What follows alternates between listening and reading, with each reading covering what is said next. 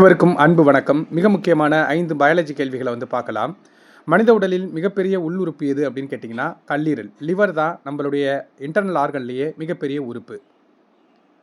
Vitamin D குறைவால் ஏற்படும் நோய் எது அப்படின்னு கேட்டிங்கன்னா, ரிக்கெட்ஸ். வைட்டமின் டியோட கெமிக்கல் நேம் என்னன்னா கால்சிஃபெரால். இதை சன்ஷைன் விட்டமின், சூரிய ஒளி விட்டமின் அப்படின்னு கூட இதை சொல்லுவாங்க. எலும்பு வளர்ச்சிக்கு ரொம்ப ரொம்ப முக்கியம் விட்டமின் டி. மனித உடலில் ஆக்சிஜன் எடுத்து செல்லும் இரத்த அணுக்கள் எது அப்படின்னு கேட்டிங்கன்னா, எரித்ரோசைட் இல்லைனா இரத்த சிவப்பணுக்கள். இந்த இரத்த சிவப்பணுக்கள் ஹீமோகுளோபின் உதவியால் ஆக்சிஜனை எடுத்துகிட்டு போகும்.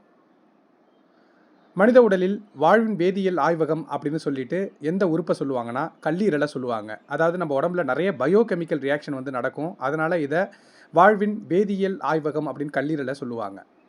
நுரையீரலில் வாயு பரிமாற்றம், அதாவது கேஸ் எக்ஸ்சேஞ்ச் எங்கே நடக்கும் அப்படின்னா, அல்வியோலை அப்படிங்கிற இடத்துல தான் நடக்கும். அல்வியோலையில் தான் ஆக்சிஜன் மற்றும் கார்பன் டை ஆக்சைடு பரிமாற்றம் நடக்கும். நன்றி, வணக்கம்.